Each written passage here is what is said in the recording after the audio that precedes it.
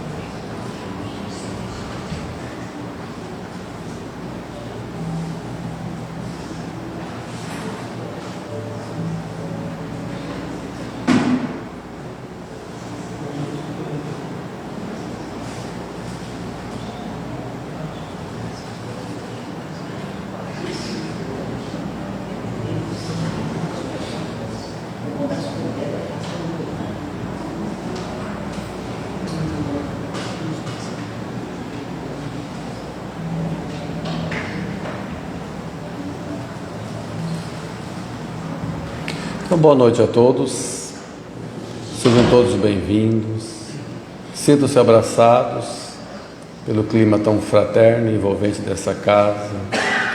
Vamos abandonar por alguns minutos o ser material que somos, o ser do homem do mundo físico, das contingências corriqueiras da nossa rotina, no trabalho, na escola ou na rua, e entrar no modo espiritual, botar para fora o ser espiritual que nós somos, para melhor sentir os afluvios de luz e de paz que o Alto preparou para nós na noite de hoje.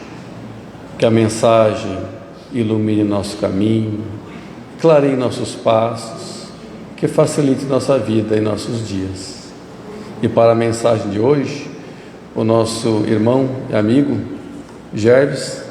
Jaime, lá do Centro Espírita Allan Kardec. aqui do Tubarão. Então, Gerves, fica à vontade. Viu?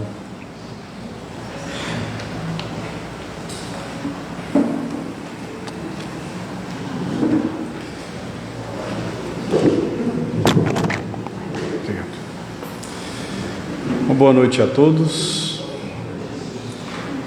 Que o amor do Mestre Jesus esteja presente em todos os nossos corações.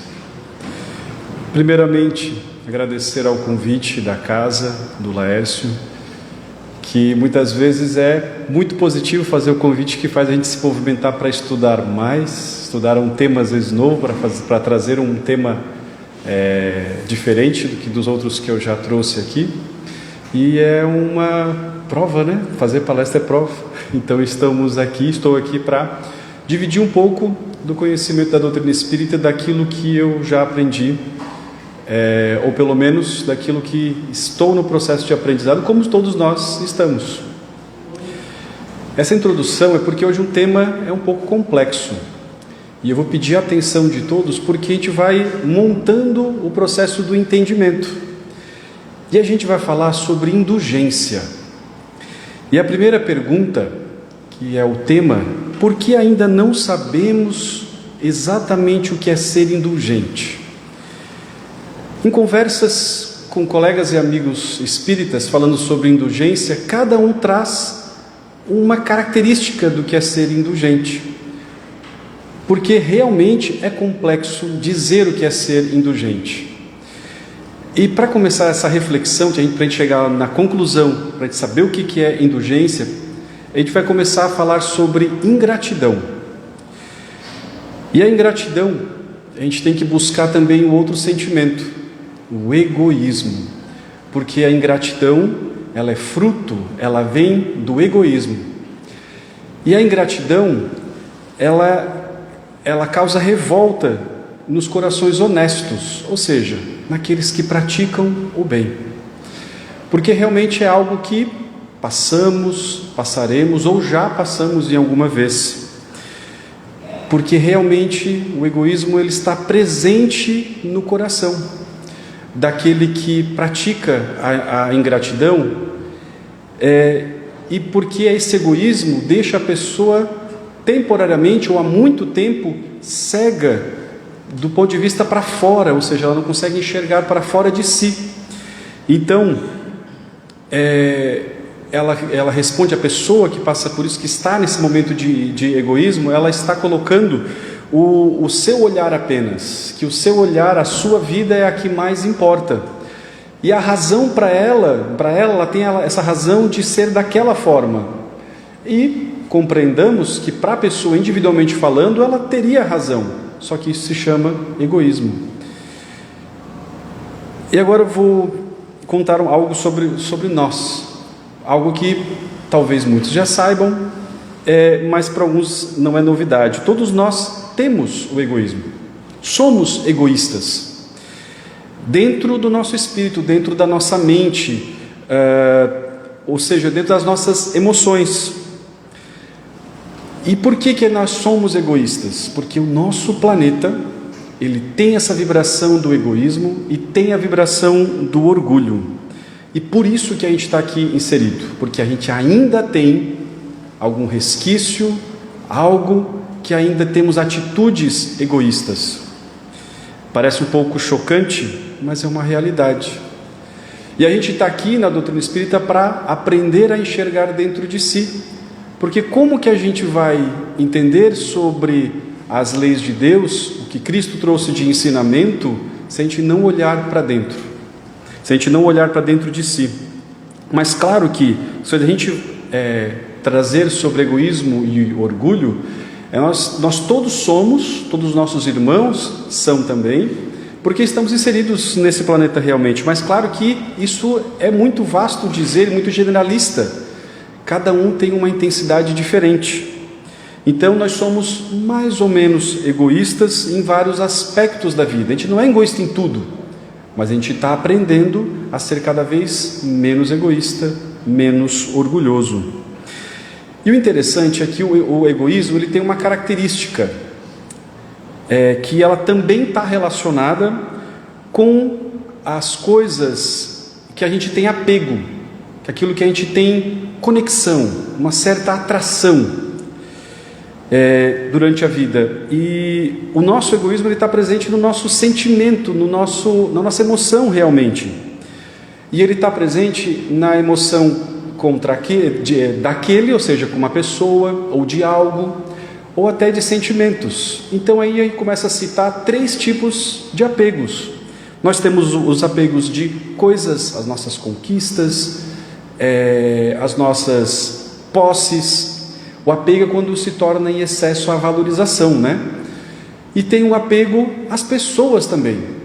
Porque estar com alguém não quer dizer que eu tenho um apego, tenho que estar o tempo todo com ela. Então cuidado com o excesso. O detalhe está nesse excesso, esse apego.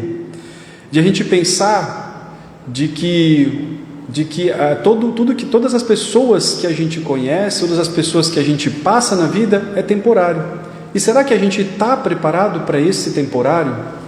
Se a gente, quando para pensar nisso e tem uma certa mágoa, uma certa ansiedade, uma certa preocupação, está lá um apego presente, que é natural, porque, como eu falei, estamos aqui inseridos nesse planeta aprendendo a desapegar. Desapegar não é indiferença, desapegar não é deixar de amar. E aí tem um terceiro aspecto, que é o apego a, vamos dizer, organizações, a sistemas. Eu quero tudo do meu jeito, só o meu jeito é o correto, só o meu jeito é certo. Ou então, apego a alguma emoção, ou seja, tudo aquilo que é mais invisível, é esse terceiro apego. Trouxe 3 principais tipos, que são os mais comuns. Esse dos sentimentos, é que às vezes quando a gente se magoa, a gente fica apegado àquela mágoa. Ou quando a gente se apaixona, a gente fica apegado à paixão, que é diferente de amor. Então tudo é um apego, tudo que aquilo que é mais materializado, é tudo aquilo que faz a gente ficar mais terra a terra, mais chão, menos espiritualizado. Isso tudo para dizer, a gente começa até a pensar sobre os nossos sentimentos, a gente começa a perceber que realmente eu tenho algum aspecto nisso ou naquilo. Tudo isso para dizer que nós temos egoísmos dentro de nós, todos nós. Porque é difícil reconhecer, é difícil enxergar realmente. E claro, como eu falei anteriormente, que isso varia de intensidade de pessoa para pessoa. Tem pessoas que têm mais apego a uma emoção, uma mágoa ou uma organização. Tem pessoas que não vão ter apego a coisas, vão ter valorização muitas vezes, mas não vão ter apego. Se perder um carro, vai lá e trabalha e conquista de novo. Um exemplo simples, tá? E aí então começa a perceber que a gente tem vários diferentes de apego. Então tudo isso é para a gente fazer essa autorreflexão.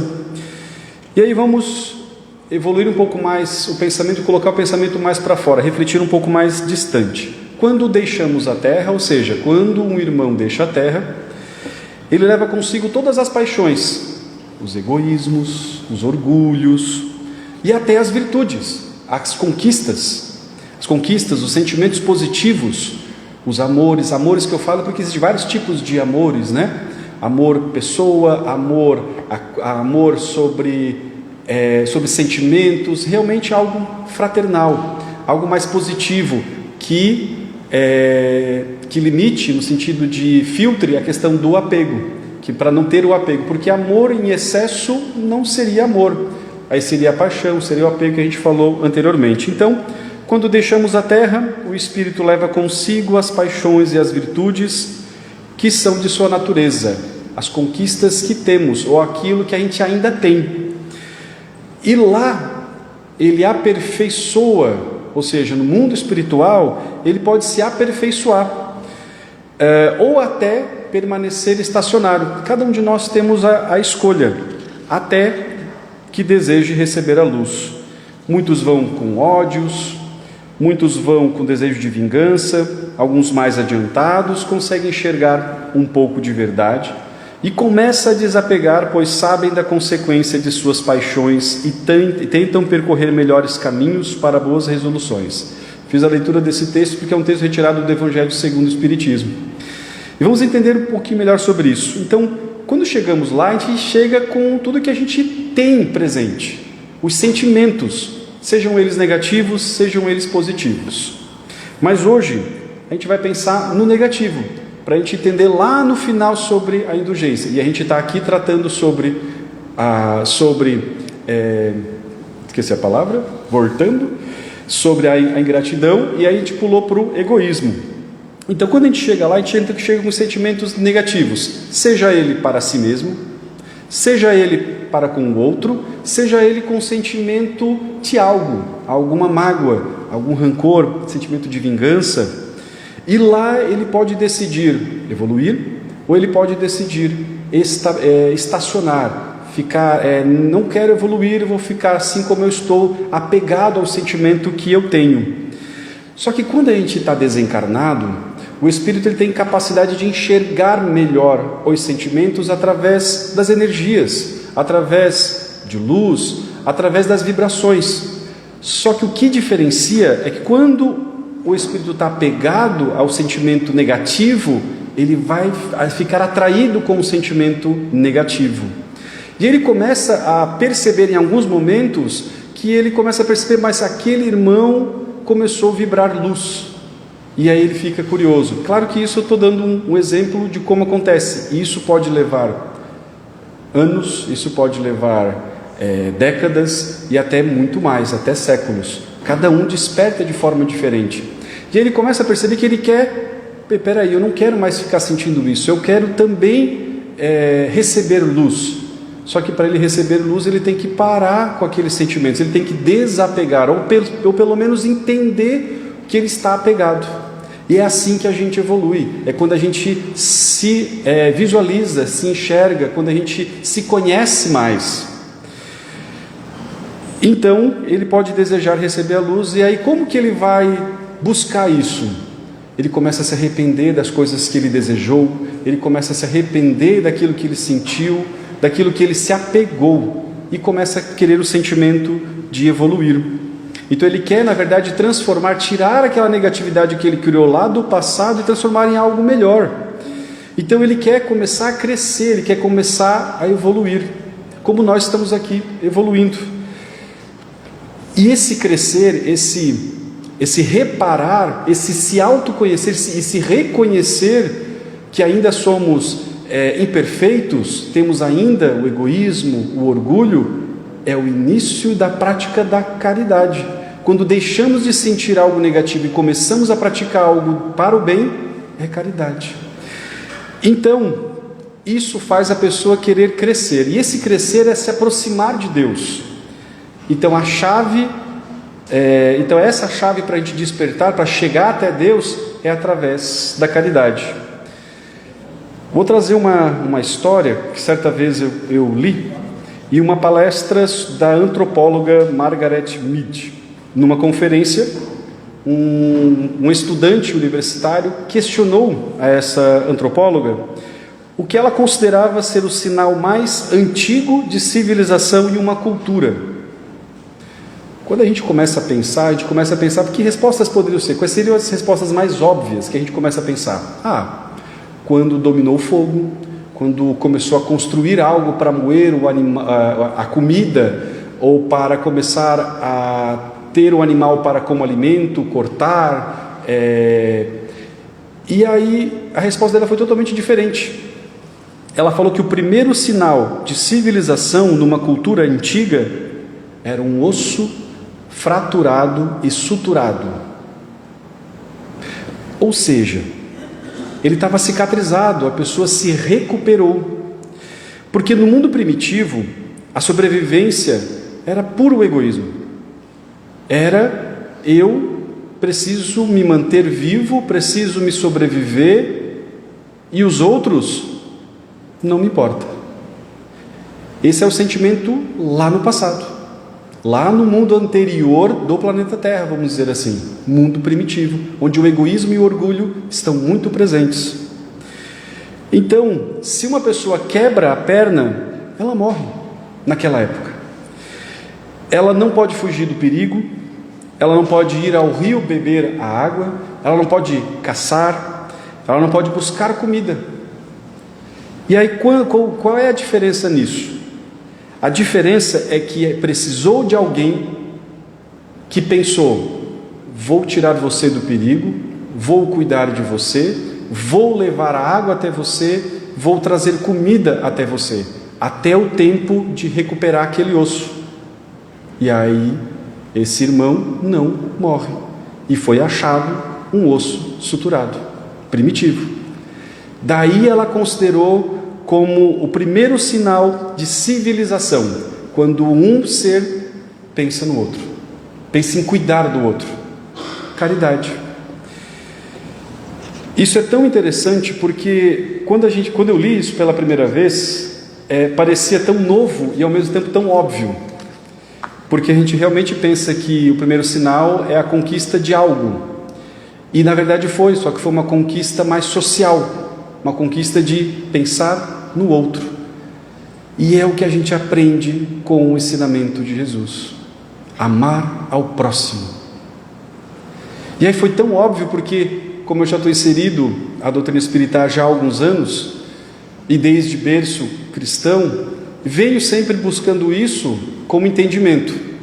E quando eu li isso, eu comecei a perceber: nossa, então realmente, para a gente se tornar alguém melhor, a chave é a caridade, a chave é a prática do bem.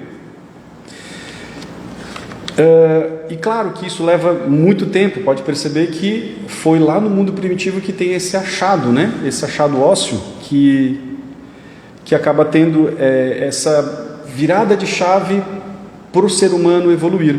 E até hoje a gente tem essa necessidade de evolução, porque todos nós estamos aqui para evoluir, para crescer. E como eu falei anteriormente, a gente sabe que a caridade é a máxima do ensinamento de Cristo. Então, que máxima é essa? A gente pratica a caridade, mas não na espera de algo melhor, ou seja, de retorno, ação e reação. A gente sabe disso, mas é aquela caridade que a gente pratica o amor, porque a gente gosta de praticar a caridade, porque a gente gosta de fazer o bem. Essa é a caridade realmente verdadeira. E aí a gente começa a perceber então que o caminho da verdade, o caminho de amar a Deus sobre todas as coisas, o caminho de amar ao próximo como a mim mesmo, o caminho de amar os inimigos é através da caridade. E aí a gente chega num outro tema: amar os inimigos. Quem são os meus inimigos? Será que a gente recorda nessa palavra, naquilo como em histórias de heróis, inimigo é aquele que é o vilão? Pro cristianismo, o inimigo é aquele que não é amigo. Então, amigo é aquele que compartilha do mesmo ideal, que compartilha muitas vezes da mesma ideia, do social, aquele que nos quer bem, aquele que a gente quer bem, ou até que não compartilha, mas a gente sabe respeitar, ou que a gente é respeitado. Agora, inimigo é aquele que discorda, que não nos respeita, que diverge e ainda nos diminui, ou que ainda, além de diminuir, fica até zombando, né? Então, que é uma forma de diminuir também. Inimigo é aquele que, quando a gente posta algum comentário na rede social, vai lá e diminui o comentário, para a gente se atualizar mais no tema atual, né, da sociedade, redes sociais. Porque a gente vê muitos inimigos nas redes sociais, porque a pessoa está ali, parece que o egoísmo e o orgulho explodem na personalidade daquelas pessoas que comentam negativamente. É só um exemplo. E aí vira conflito. Hoje eu prefiro não comentar. Quando eu comento apenas para as pessoas que estão próximas a mim. Por quê? Porque lá tem pessoas, está muito aberto para as pessoas, e tem pessoas que não compreendem, ou que interpretam de forma errada. Isso é algo que eu faço particularmente, eu evito comentar. Mas nem era para me prolongar muito nesse assunto, era só exemplo. Então, o inimigo é aquele que nos ofende. Então, o inimigo é aquele que nos magoa. E aí, às vezes, nós sentimos raiva, às vezes sentimos magoados, e a gente, às vezes, fica alimentando o rancor. Quando alguém é picado por uma cobra, a pessoa vai atrás de cuidados. Mas às vezes, o nosso emocional faz a gente não correr atrás de cuidado. A gente vai correr atrás daquele que nos magoou. Por que será? Porque a gente ainda tem o orgulho e o egoísmo inseridos dentro de nós.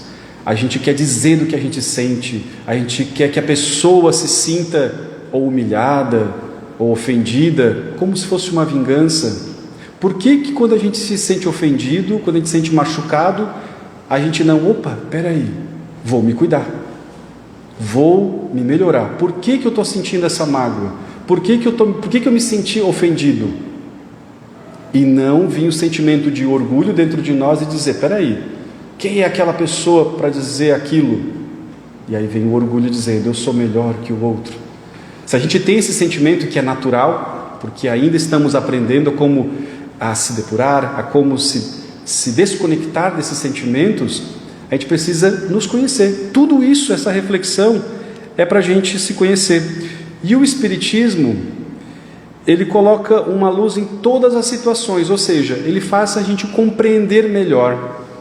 E aí a gente começa lembrando daquele irmão que estava lá no mundo espiritual, né, o exemplo anterior, e que ele quer reparar, muitas vezes ele vai reparar na reencarnação, e aí ele se depara com pessoas que ele ofendeu, que ele magoou, e aí ali ele pode ser uma oportunidade de construir um amor, uma relação melhor, para ambas as partes, não ter mais o sentimento, a conexão da dor, não ter a conexão da mágoa, para realmente entrelaçar ou se transformar ou se modificar o sentimento de raiva em amor. E aí só quando a pessoa às vezes nasce tão focada nisso, ela nasce realmente para amar. Só que muitas vezes esse irmão nasce ainda com sentimentos latentes, e quando se depara, parece que retorna aquela emoção negativa que estava presente lá no passado. E aí onde tem as atitudes ingratas, e percebe que esses inimigos, essa ingratidão perante os inimigos pode acontecer com amigos, ou seja, pessoas que a gente confiava, e que às vezes nos decepcionam, ou até dentro da nossa família. Será que a gente pode ter inimigos dentro da família? Sim, também. Que são aquelas relações que a gente não consegue conectar, ou que a gente ainda produz sentimentos negativos. Esse familiar é um inimigo também, ou seja, não é um amigo, é uma relação que a gente precisa construir. A família é a grande escola base da vida. Ali está todas as oportunidades para a gente se conhecer, reparar entre as relações, para quando a gente chega lá fora, a gente se depara com situações até semelhantes, pessoas semelhantes, que a gente precisa aprender a se reconectar, ou aprender a não criar essas mágoas, esses sentimentos negativos. E para a gente compreender a ingratidão, somente dessa forma que a gente fez. É assim que a gente compreende a justiça divina, através da reencarnação. É dessa forma que o Espiritismo se torna luz para compreendermos os nossos sofrimentos, ou os sofrimentos de nossos irmãos, porque nós estamos sofrendo no sentido de buscando entendimento, porque a gente ainda se depara com sentimentos ainda negativos. E a gente está aqui para progredir, todos nós, para crescer. E percebam que tudo isso que a gente tem de conexão com o negativo, conexão com sentimentos, é o apego que a gente falou anteriormente. E aí voltamos a lembrar. E a melhor forma para a gente construir ou reconstruir pontes, conexões, é através da caridade. E toda vez que eu recuso amar, é porque eu ainda estou conectado ao passado, o sentimento negativo, e que por muitos momentos, ainda muitos momentos, é natural, porque como eu falei, eu estou muito repetitivo, porque para a gente gravar bem, para a gente conseguir conectar isso e levar isso para a nossa vida, que a gente ainda é egoísta e ainda é orgulhoso. Só que a gente está perante as pessoas que a gente tem às vezes dificuldade de conviver, seja na família, seja amigos, no trabalho, para a gente aprender a perdoar, para a gente se desconectar daquilo que me faz mal, aquilo que nos faz mal ainda. E aí, como eu falei anteriormente sobre a questão da mágoa, o perdão também pode ser sobre alguém, o perdão pode ser sobre o sentimento que eu criei, e o perdão, principalmente, ele começa com o perdão a si mesmo, contra o perdão de eu me reconhecer o quão imperfeito eu ainda sou e o quanto eu ainda pratico algumas atitudes más, e eu preciso, e eu quero, o precisar vem depois do querer, porque eu quero primeiro, eu preciso melhorar, eu quero me melhorar. E quando a gente começa a ter esses sentimentos, a gente começa a caminhar, começa a se perdoar. E aí sim a gente está pronto para perdoar o outro, a gente está pronto para perdoar os sentimentos também, que é tão difícil, porque está muito profundo, e às vezes é porque é muito secular esses sentimentos, está ali amarrado há muito tempo.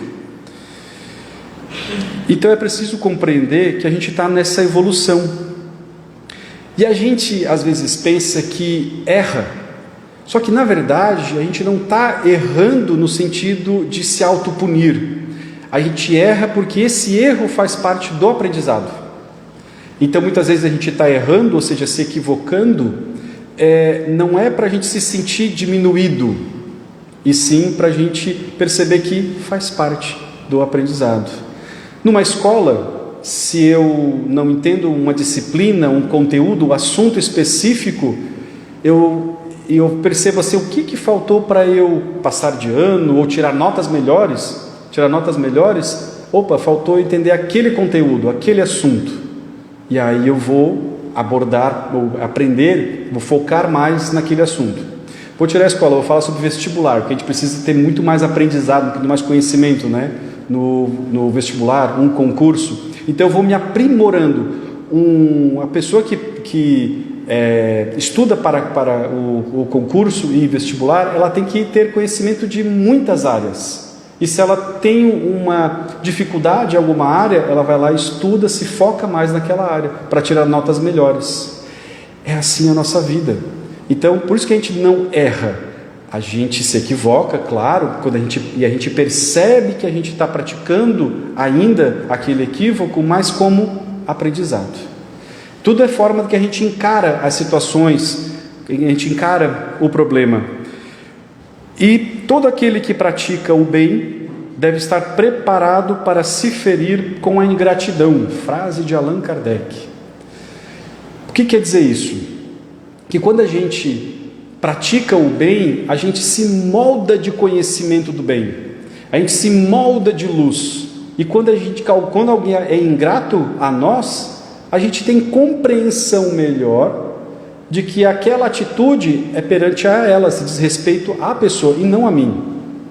E aí eu evito me magoar, eu me magoo menos, eu produzo sentimentos negativos cada vez menos, porque eu entendo que aquele irmão que está tendo atitudes ingratas, ou me magoando, me ofendendo, ele está também em processo evolutivo, como eu também estou. E aí é onde a gente consegue entender melhor sobre o objetivo da caridade em nossas vidas. E aí voltamos sobre indulgência. Tudo isso que eu falei dessa história, dessa reflexão toda, é ser indulgente. É compreender quais são as nossas características emocionais, as nossas emoções animais, o egoísmo, o orgulho, que tudo isso faz parte de um processo evolutivo, que isso a gente está numa ascensão de aprendizado, e que todos nós que vivemos nesse planeta estão também nessa busca, nesse conhecimento. Entender que a gente está se depurando individualmente, cada um entendendo como funciona dentro de si as nossas emoções, e também coletivamente. E a gente só consegue enxergar dentro da gente nas relações. Por isso é tão importante a gente viver em sociedade, porque a gente só consegue enxergar dentro quando alguém convive comigo, e quando alguém como a gente diz na doutrina espírita, quando alguém nos prova, nos testa. Ou seja, quando a nossa emoção negativa é fervida e a gente começa a perceber, nossa, eu ainda penso dessa forma, olha o que eu falei para essa pessoa. Ou quando a gente está numa evolução um pouquinho melhor, olha o que eu pensei sobre essa pessoa. Porque pensar também é uma atitude negativa. E claro que falar e agir é uma atitude negativa um pouquinho mais intensa. Então a gente precisa fazer o processo inverso. Agir menos negativamente, falar menos negativamente. E claro que ainda está difícil, pensar menos negativamente. A gente vai chegar lá. A gente está nesse processo. Então ser indulgente é compreender a justiça de Deus. Ser indulgente é perceber que a gente está aqui se aproximando da criação, do Criador, para buscar autoconhecimento e aprender mais sobre a vida. Não criando, e às vezes a gente ainda cria sentimentos negativos, mas a gente percebe que isso também faz parte da evolução. E também que a gente está aprendendo a perdoar. E que cada vez mais a gente vai perdoar mais. Toda essa compreensão é agir com indulgência. Agora, o conceito de indulgência. Pessoa indulgente é aquela que tem facilidade em perdoar. Por quê? Porque ele compreende toda essa relação entre as pessoas. Porque ela sabe tudo isso que a gente conversou, melhor, que eu falei, e vocês refletiram, a gente refletiu junto, sobre o ser humano, sobre indulgência. Por quê? Se eu compreendo sobre essa realidade da nossa vida, do nosso planeta, eu me magoo menos, eu crio menos rancor. Então eu começo a ter mais facilidade ou não precisando perdoar, porque só necessita praticar o perdão quando o sentimento negativo é produzido, quando a gente produz, quando a gente fabrica o sentimento negativo, e esse sentimento negativo faz mal principalmente para nós, em primeiro lugar, porque nós somos a fábrica, é como se fosse uma fábrica suja que produz energia negativa. Mas lembram, nós somos fábrica e podemos ser fábricas de perdoar. E aí, através do perdão, a gente se depura. Através do perdão, a gente ama. E através do perdão, nós produzimos luz. Porque nós somos filhos de Deus. Nós somos filhos de Deus. Nós temos a capacidade de produzir essa luz. Basta a gente enxergar dentro de nós, perceber o que ainda é escuridão dentro de nós, e mesmo enxergando a escuridão, praticar a luz, praticar o bem. Então o indulgente, ele faz a caridade prática, o ato, a caridade do coração, do sentimento, o perdão, caridade para com o próximo, como para si mesmo. Numa palavra, caridade para com todos e amor a Deus acima de todas as coisas, porque o amor a Deus resume todos os deveres, e porque impossível é amar realmente a Deus sem praticar a caridade, da qual faz ele uma lei para todas as criaturas. Palavras de um bispo de Nevers, do Fetré, e está no livro também Evangelho segundo o Espiritismo. Espero que vocês saiam daqui com essa reflexão e que possamos ser cada vez mais indulgentes. Que esse seja o nosso foco para a vida, perdoar mais, amar mais. Isso é o que Cristo espera de nós. Pelo menos um passo, pelo menos uma semente que a gente consiga acolher, uma semente que a gente consiga cuidar, para a gente um dia produzir cada vez mais luz. Obrigado pela atenção de todos.